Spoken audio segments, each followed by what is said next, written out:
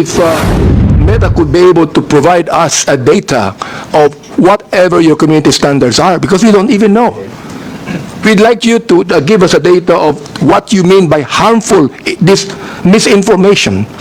I'm not going to ask this question anymore because I know you're going to answer us with a lengthy statement, but just give us a data. What do you mean? Guidelines. What do you mean by community standards? What do you mean by harmful misinformations? Just give us the guidelines for that. Can you do that, Mr. Chair? Mr. Chairman, if I may. Congressman, our community standards are publicly published and available on you give us the data. Not being able to see it on public. We would like to ask you to give us the data.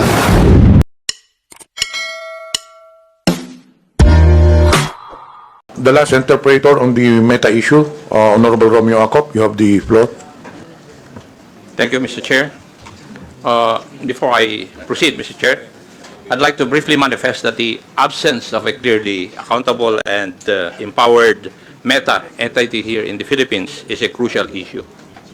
And I hope the Meta people would agree with that. As we have heard, Facebook Philippines does not control the platform, nor does it handle content regulation or policy enforcement. This makes it difficult for Filipinos to seek timely and effective recourse when harm occurs online. That is why we are exploring the idea of requiring accreditation or registration for social media platforms operating in this country to ensure that there is a readily accessible, responsible point of contact that understands and complies with our laws. It's a matter of accountability, Mr. Chair, not just for regulation, but for the protection of the Filipino people. And may I proceed, Mr. Chair? I'll touch on accountability, which was a little bit touched by the Honorable Gutierrez. May I ask, Meta, are you aware of the number of Filipinos who use Facebook and Instagram? Are you aware of the number? Mr. Chairman, if I may. Congressman, I assume you're referring to here in the Philippines or globally? Philippines. Yes, I think the last numbers that we've reported were over 90 million. 90 million. Over 90 million. Okay. And would you agree that you have a responsibility to these users to keep the space you provide them free and open? You have that responsibility, would you agree?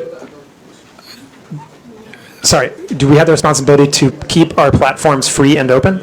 Yes. Sir?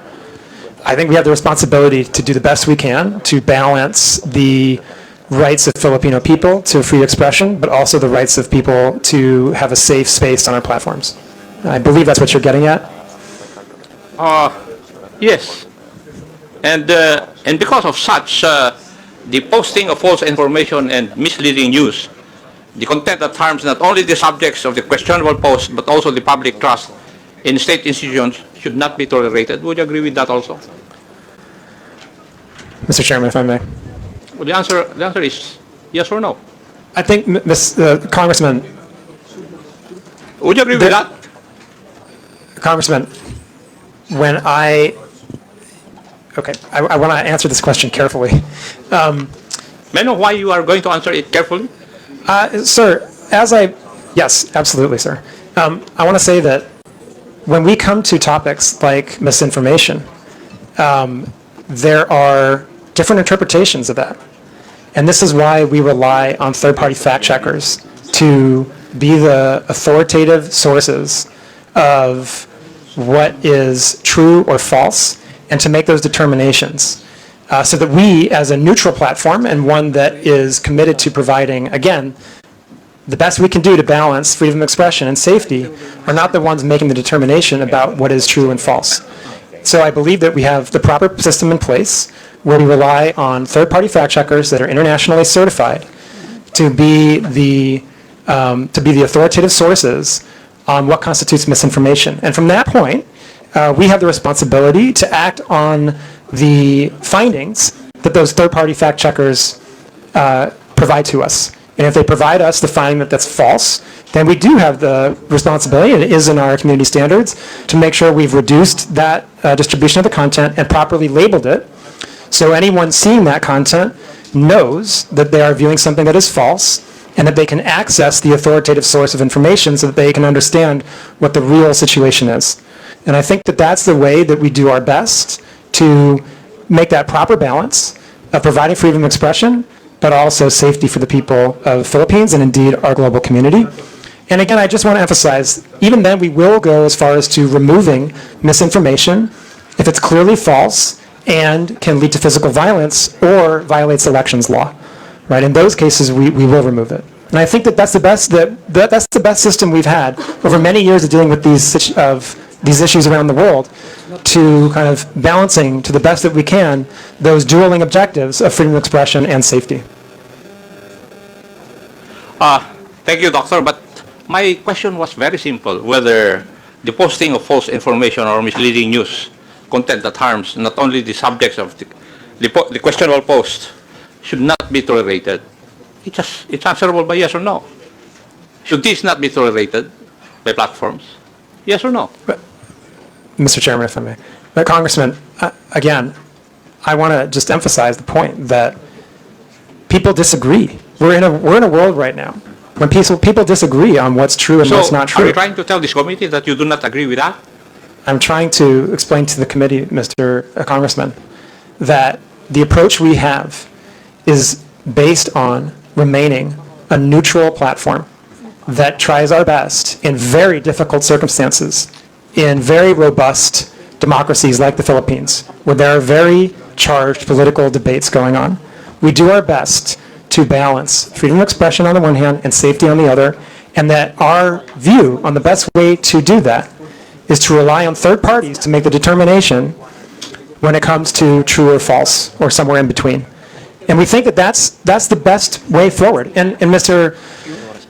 Congressman, actually, I would say, I don't think you necessarily want us to be the ones that determine what's true and false. I don't think you would want us to undertake that kind of that kind of power, basically. I think that, this is, in a democratic system, this is kind of the best balance we can possibly strike when it comes to how to moderate these types of issues on our platforms in the type of context that we have in the lead up to an election, for example.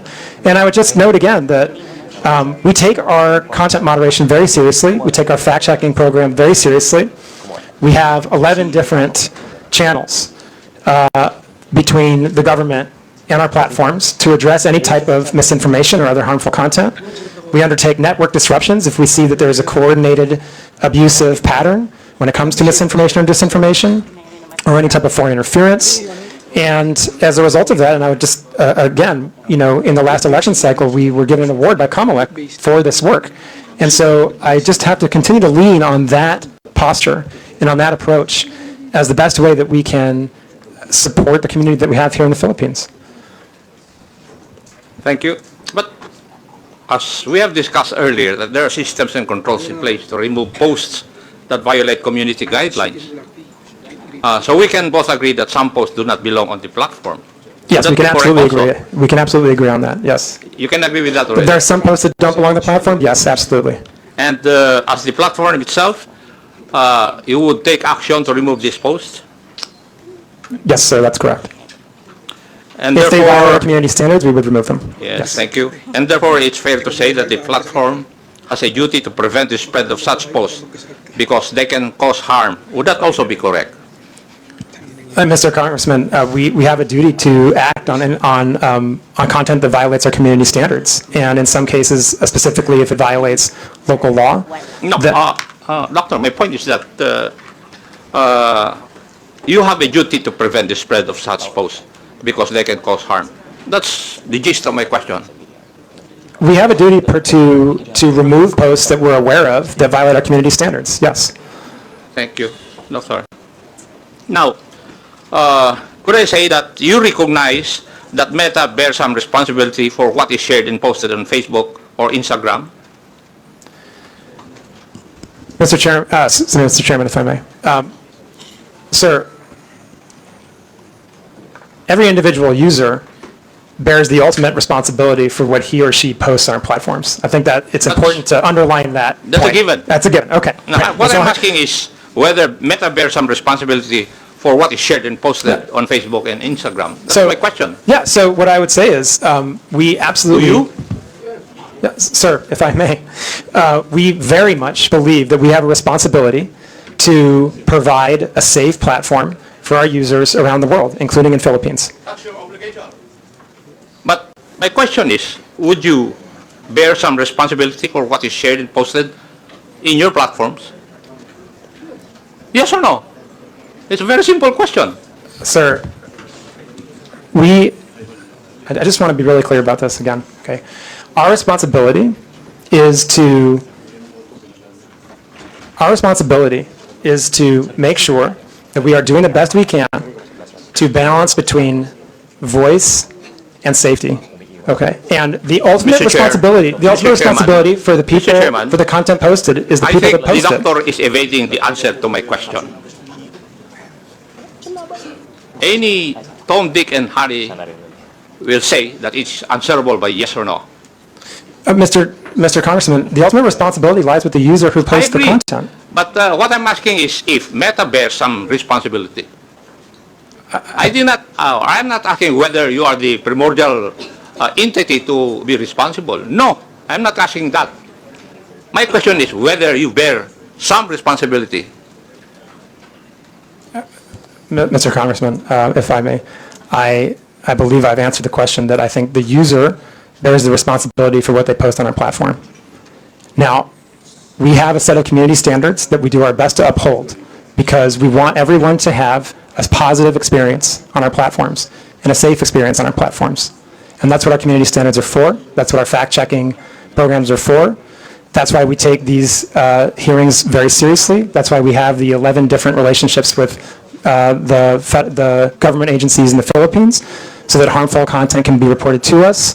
And I think that's how we do our best, like I said, to ensure that people have a voice and the freedom of expression while also a safe experience. But as I said, I think the ultimate responsibility for content lies with the user that's posted it. Mr. Chair, the questions I would be asking would depend on the answer of Dr. Frankel insofar as whether Meta bears some responsibility, and therefore, since he has said that he cannot answer me directly, I will not ask the other questions, but may I make a manifestation, Mr. Chair? It seems from our discussion that social media platforms are making some effort to curb the spread of fake news in this country. However, I disagree with the impression that acting merely as host of user-generated content exempts these platforms from any liability for the harmful content they allow to be exhibited.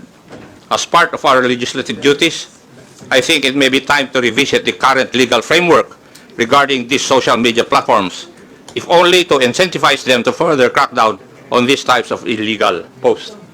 Now, may I go to another issue, Mr. Chair? Yes, Mr. Chair. Regarding monetization. Doctor, can you confirm whether Facebook or Instagram allows content creators in the Philippines to earn revenue directly through the platform? Yes or no?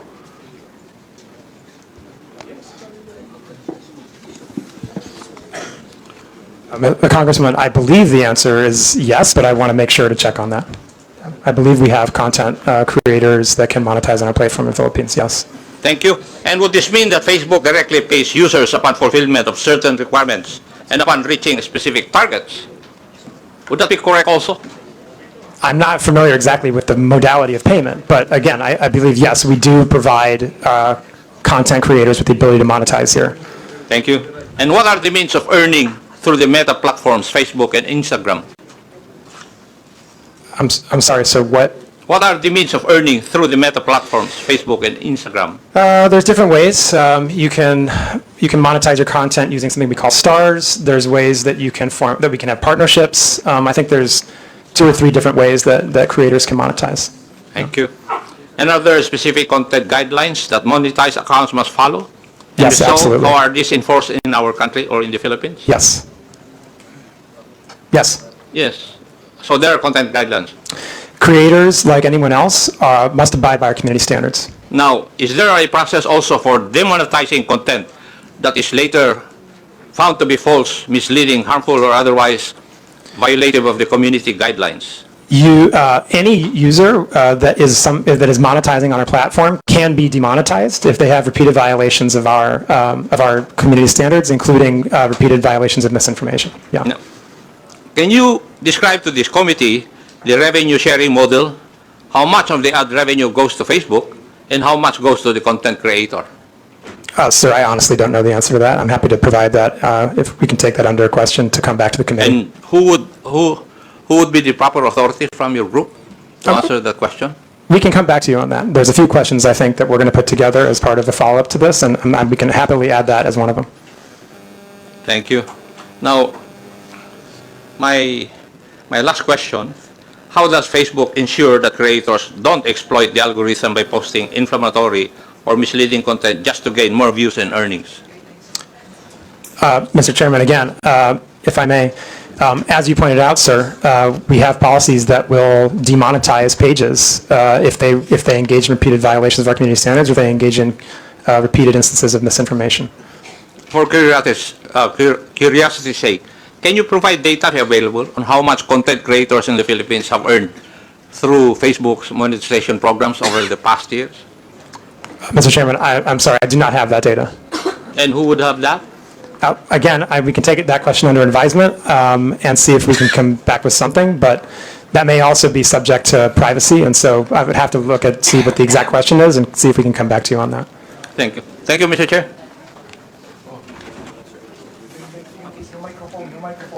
Pakipatay. Thank you. Okay, for a last manifestation, you're given 5 minutes, Honorable Abante.